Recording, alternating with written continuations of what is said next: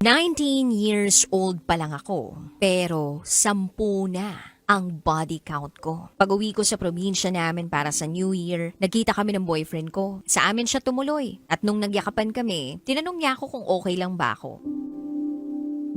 Then the next question, he asked me, okay lang ba kung may mangyari sa amin? And dahil sa guilt ko, pumayag ako. Sino bang hindi magigilty, no? Yung isang lalaki nga na isang beses ko lang nakilala, nagalaw na ako. Tapos itong boyfriend ko, 5 months na, aayaw pa ako. So it happened. Kaya lang, ayun, hindi rin nag-work. Then, year 2023. Umattend ako ng debut ng kaibigan ko. May nakilala akong pinsan niya. Naging close kami. Kwentuhan, movie marathon, at may nangyari uli. Alam nyo, DJ Rocky and DJ Jello, ako yung babae na hopeful.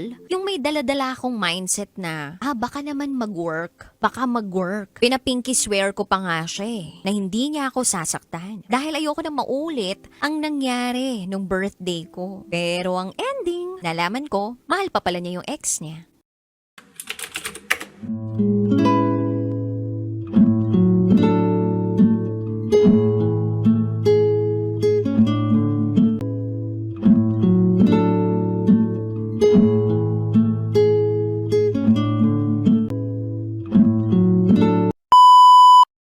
Isa ka rin ba sa tipo ng nanay na nagtatanong muna sa mga anak ano ang gusto nilang ulamin bago ka mamalengke at magluto ng pang-ulam?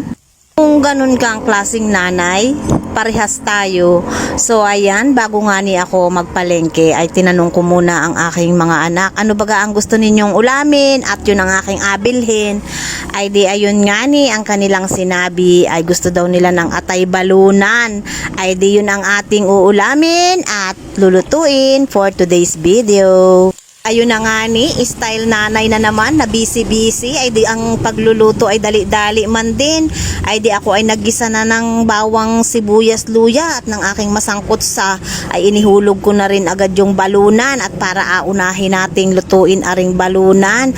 Ay di yun nga ni, pinakulo-kuluan ko muna at uunahin nga ni at nang lumambot din. Yun na nga ni, habang nagakulo-kulo yan ay inahalo-halo ko rin paminsan-minsan at nang magpantay-pantay ang luto ay tapos ay nung alam ko na medyo siguro ay okay na, medyo malambot-lambot na ay tinimplahan ko na rin ang kanyang mga pampalasa. Tapos noon ay isinunod ko na rin nga ni aring mga atay ay abaw ay ang aking anak ay nagatanong na ay inay luto na yan ay paano daw ay naaamoy na niya ay paano nung pagbukas ko ng taklob ay talaga namang abaw ay nakakagutuman din yung amoy. Alam nyo baga, nakapagkagayong ang aking mga anak ay sa amoy palaang ay nasasarapan na sa aking inaluto. Ay gulping saya ko. Aba ay ang aking pakiramdam ay talagang gayon na laang ang kaligayahan sa aking puso at sobrang excited na maluto at maihain sa kanila ang aking niluluto. Kaya masasabi ko rin na isa lang naman akong simpleng nanay na napakababaw ng kaligayahan.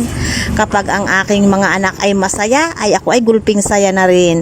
At ayan na nga ni, para mas masarap ay talaga namang nilagyan ko pa ng bell pepper. Kahit medyo may presyo, ay para nga ni masarap at mas matuwa sila. O diba? Ganun ang mga nanay. Ayan, lahat ay gagawin para sa mga anak. So ayan, para sila ay masarapan. Luto na ang ating adobong atay balunan. Thank you for watching. Can I see?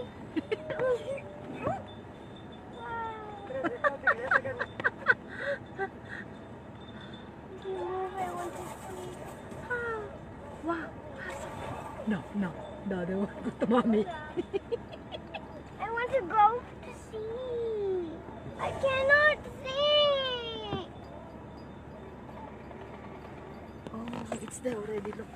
I cannot see, Auntie. I cannot see it. See, the owner is there saying. The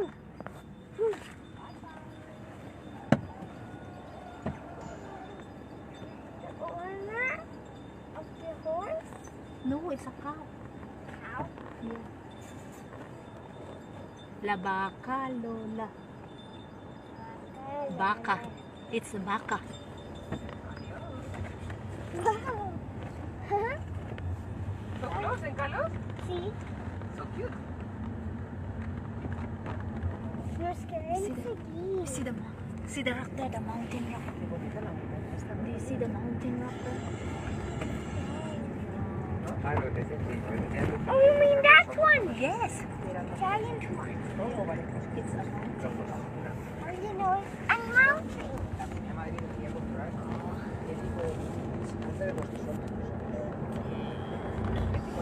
Lion. Is Kayo awake already?